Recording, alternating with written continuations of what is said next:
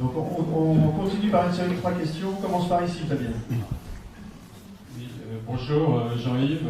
Je suis membre d'une association qui s'appelle Article 3, qui milite pour le référendum d'initiative citoyenne. Et est-ce que vous ne pensez pas que ce serait une façon de redonner directement le pouvoir au peuple, comme cela se passe en Suisse et comme dans une douzaine de pays en Europe, où il y a des procédures partielles de démocratie directe? Qu'est-ce que vous en pensez à ce niveau-là? Est-ce que ça peut être un outil justement qui permet de contrôler les élus? Bien sûr. Alors Jean-Yves, article 3, évidemment, formidable association, Yvan Bachot, formidable. Yvan me tanne pour que je reconcentre ce que je propose, pour faire comme lui, pour que je devienne un article 3 et que je prône le référendum d'initiative populaire. Mais je ne me laisse pas faire. J'aime beaucoup Yvan, il est remarquable, son travail est remarquable. Je vous recommande cette association, c'est un travail très important. Les ateliers constituants qu'on va faire demain seront consacrés exclusivement au référendum d'initiative populaire. On peut choisir les ateliers quand on regroupe. On peut faire chaque groupe prend son sujet ou toute l'Assemblée prend le même sujet, c'est ce qu'on fait demain, et on va parler du référendum d'initiative populaire. Ma controverse avec mais c'est tout à fait, c'est plus qu'amical, c'est presque fraternel, mais enfin mon désaccord avec Yvan, c'est que Yvan dit si on est très nombreux, ils ne pourront pas faire autrement que nous le donner. Le référendum d'initiative populaire, c'est la possibilité pour nous de poser la question et d'y répondre, et ça prend le pas sur toutes les institutions, y compris la Constitution. C'est-à-dire que nous pouvons, c'est écrit dans le référendum d'initiative populaire, nous écrivons que nous pouvons poser n'importe quelle question au peuple, et le peuple, s'il décide oui ou non, enfin ce qu'il décide, prévaut sur toutes les formes de représentation. C'est-à-dire ce qu'on décide nous-mêmes, c'est la souveraineté. Et Yvan me dit, si on est nombreux à le réclamer, ils ne pourront pas faire autrement que nous le donner. Et moi, je prétends qu'ils préféreront mourir. Parce qu'ils savent très bien que s'ils nous le donnent, c'est perdu.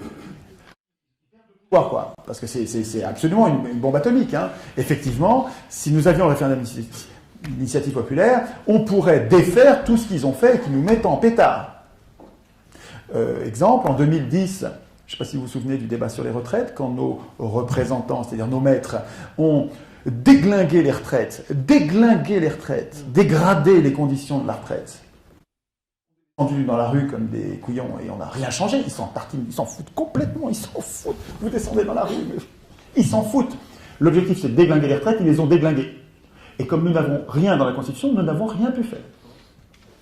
La même année, en Suisse, les représentants ont tenté quelque chose d'équivalent. Ils ont tenté une dégradation des conditions de retraite aussi. Et dans les semaines qui ont suivi, par référendum d'initiative populaire, abrogé cette loi en disant vous n'êtes pas bien, vous n'y pensez pas, non. Et la loi a été supprimée. Donc c'est un moyen de passer par-dessus, de se défendre contre nos parlementaires.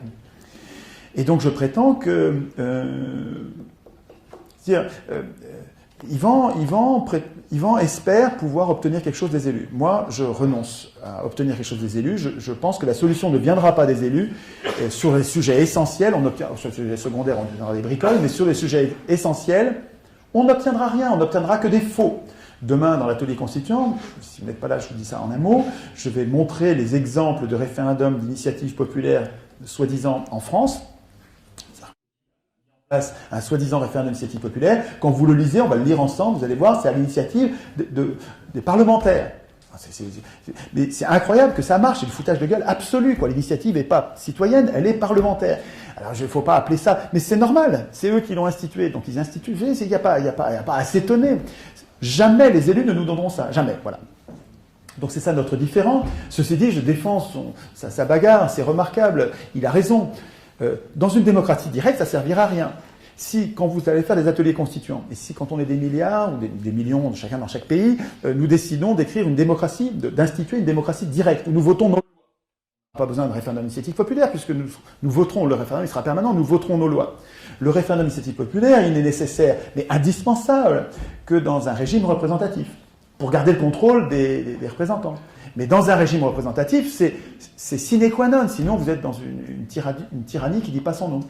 Ici, c'est une plutocratie, c'est un régime des riches, pour les riches par les riches. Donc article 3, super, mais il faut aller plus loin, il faut écrire nous-mêmes la Constitution, parce que les élus ne nous donnent